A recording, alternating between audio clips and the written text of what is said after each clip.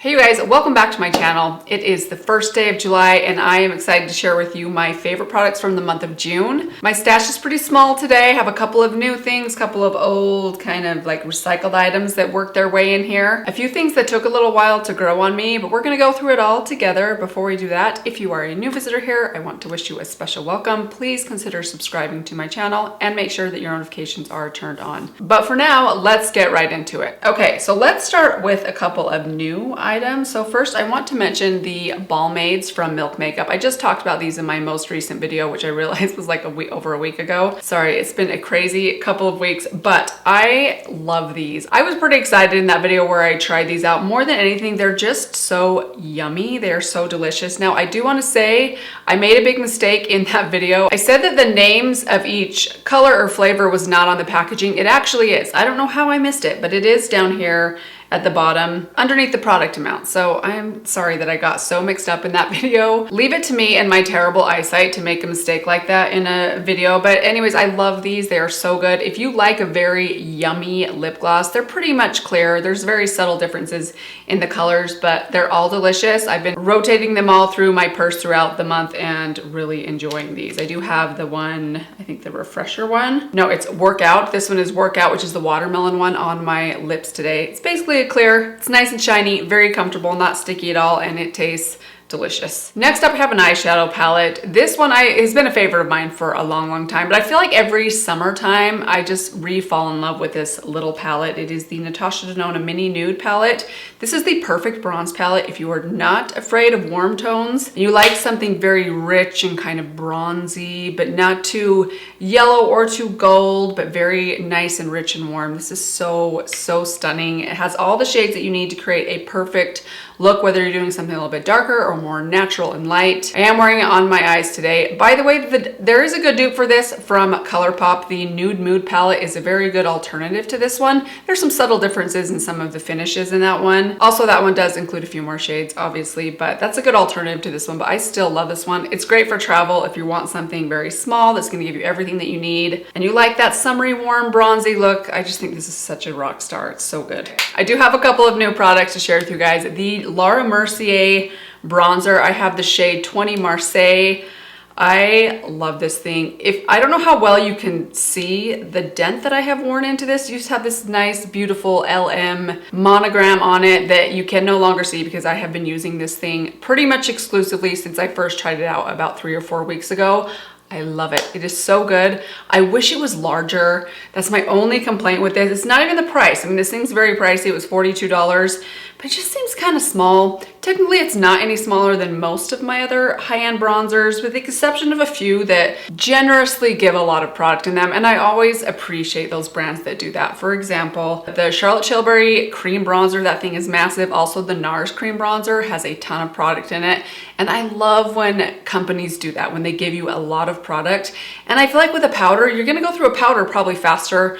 Well, I guess it depends. That's not always the case. I'm actually thinking my Physicians Formula cream bronzer, which I also love, and that thing I burn through so fast. But a lot of powder bronzers, I feel like you use them you need a little bit more product in them. I don't know. I just feel like I'm gonna run out of this thing really fast if I keep using it at the rate that I've been using it lately. But that said, I'm kind of going off on a tangent. Just based on how well this performs, the color, the way that it looks on me, it is the perfect bronzer for my light to sometimes light medium skin tone. I have tried it once or twice separating out the two shades. Honestly, don't even bother doing that. Just swirl them all together, pop it on, and you get this perfect kind of warm, rosy bronze that just gives the perfect natural color to your skin. I understand why so many people have been talking about these bronzers. It is really good. And in the same video I tried out that bronzer, I tried out the Estee Lauder Double Wear Concealer. This concealer I didn't fall in love with as quickly as I did the Laura Mercier bronzer, but it's slowly growing on me. It is a slightly drier formula than what I typically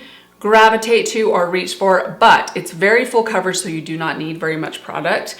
I love the doe foot in this. I don't think I've ever seen a doe foot that I like as much as this. It's like a fluffy little finger. It's so nice. It's the perfect size and shape. You get just the right amount of product on it. I really don't like when I'm using a concealer and I end up having to dip back in. Like, I like to be able to get what I need just from the one applicator alone, which really normally isn't that big of a deal. I don't usually think about the doe foot applicator all that much with a concealer. I mean, as long as it's getting it on there, that's not typically what I'm blending it out with, but there's just something about this that's very pleasant to me. I don't know, call me crazy. That's probably not why you should buy this thing. It is a good concealer though, very long wearing, very budge proof. So if that's very important to you, if you have a lot of fine lines that you're working with, you need something high coverage, but lightweight enough that you don't have to put a lot on, but it's not gonna move around. This is a really good option. And speaking of Estee Lauder, getting that concealer reminded me to pull back out my Estee Lauder Futurist Hydro Rescue foundation. This has been a long time favorite for me. I use the shade 2W1 Dawn. This foundation is beautiful on your skin. If you have older, drier skin, you need something that's a solid medium coverage, but it's very thin and lightweight. It's not gonna feel too heavy or cakey, and it's gonna give you a little bit of a healthy glow. This is so pretty on your skin. I am wearing on my skin today. I just feel like it makes my skin like kind of hydrated and plump. I love how runny this is. It's just so liquidy. It almost feels like you're putting a moisturizer on your face, but it has fantastic coverage. This foundation combined with just a touch of a high coverage concealer in those spots that I need a little bit more just gives you the perfect summer skin. By the way, I was just looking this up on Ulta's website just to make sure they still make it. I feel like there's been a lot of companies and brands discontinuing things lately that have been favorites of mine in the past, so I wanted to double check. They do still make this, and I also noticed how high the reviews are. There are a lot of people that like this. It's not just me. Okay, I've got to talk about the Buttermelt blushes. I picked up a couple more shades this last month. I think I added 3 shades to my, actually 4 new shades to my collection. So I now have 6 or 7 of these blushes, which is crazy because I feel like I just discovered these. I'm a big fan of the NYX Buttermelts across the board. I like their highlighter, I love their bronzers, and now I am quickly collecting all of their blushes and I think they are great. This one in particular is the one I'm wearing today. It's the shade Feeling Butter. It's a shimmering terracotta. If you're into that kind of like summery bronzed sort of sunburn kind of look, this one is so pretty. It does have a little bit of a sheen to it, but it doesn't look overly shiny on the skin. Like, it doesn't emphasize texture too much. This one looks so pretty applied just above where you put your bronzer, and then a tiny bit of highlighter on top, and you just have this like perfect bronzy look. Very pretty for summertime. I think even in the fall, this will be a really nice shade. This one I've been enjoying. I've also really been enjoying this one, which is Butter with Thyme. It's a Vivid Watermelon. Now this one is very bold. It's a bold berry tone.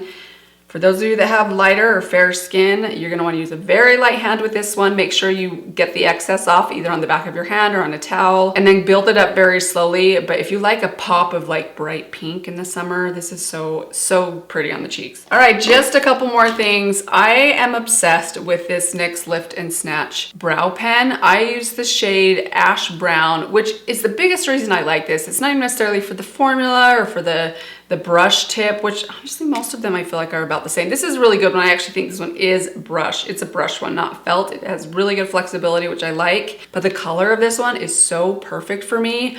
I love the precision that a brow pen gives your brows. You can get those kind of like hair-like strokes, and if you have thinner brows that you want to appear a little bit more naturally full, this is the way to do it. I am finding. I love how my brows look when I use this. It's a little bit pricey. This thing's 13 bucks, which I think is a little pricey for a drugstore brow pen. I mean, this is more expensive than my blushes and bronzers, which I think seems backwards to me, but I don't know. I don't know why I have that expectation.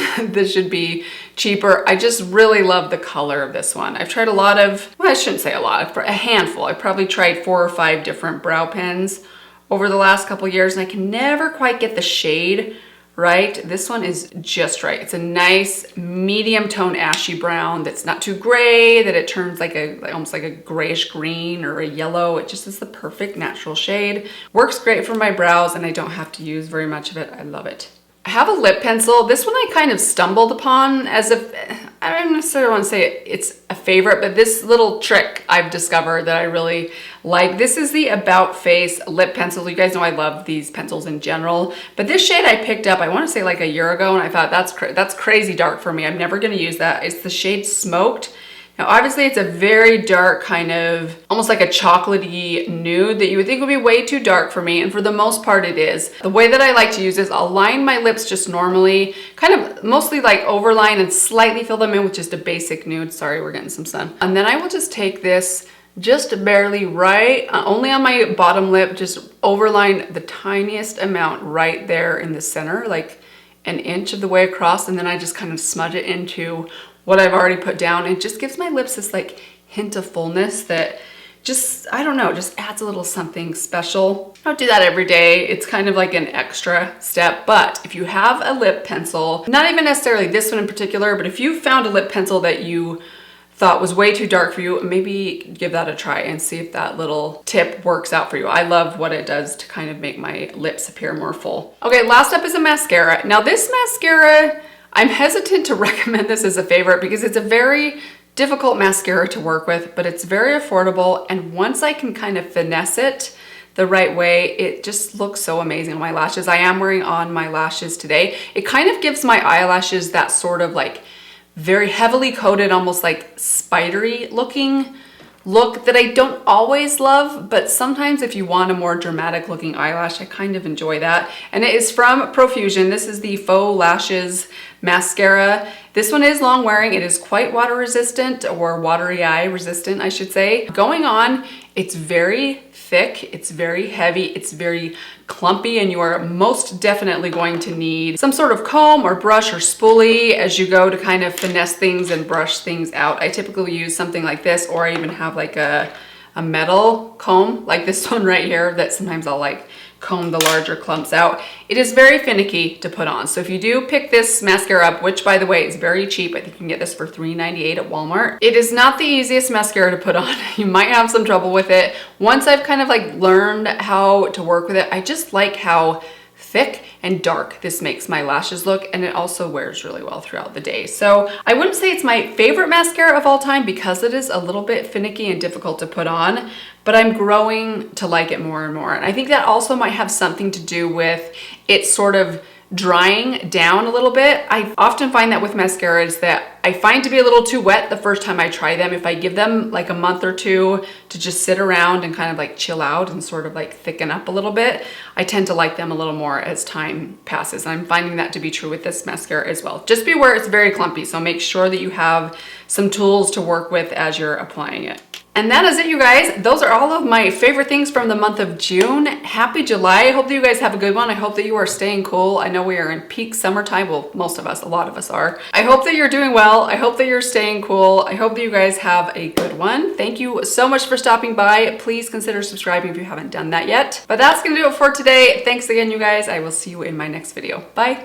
My excuse this last week was that we have an above ground pool and we've had like some algae growing in it. So I've been like fighting that algae bloom. You have no idea how many bags of pool shock I've gone through. Actually, I'm on my way after this to buy more pool shock because apparently it takes like 1 million bags of chlorine to kill algae in your pool. Things we do for our kids.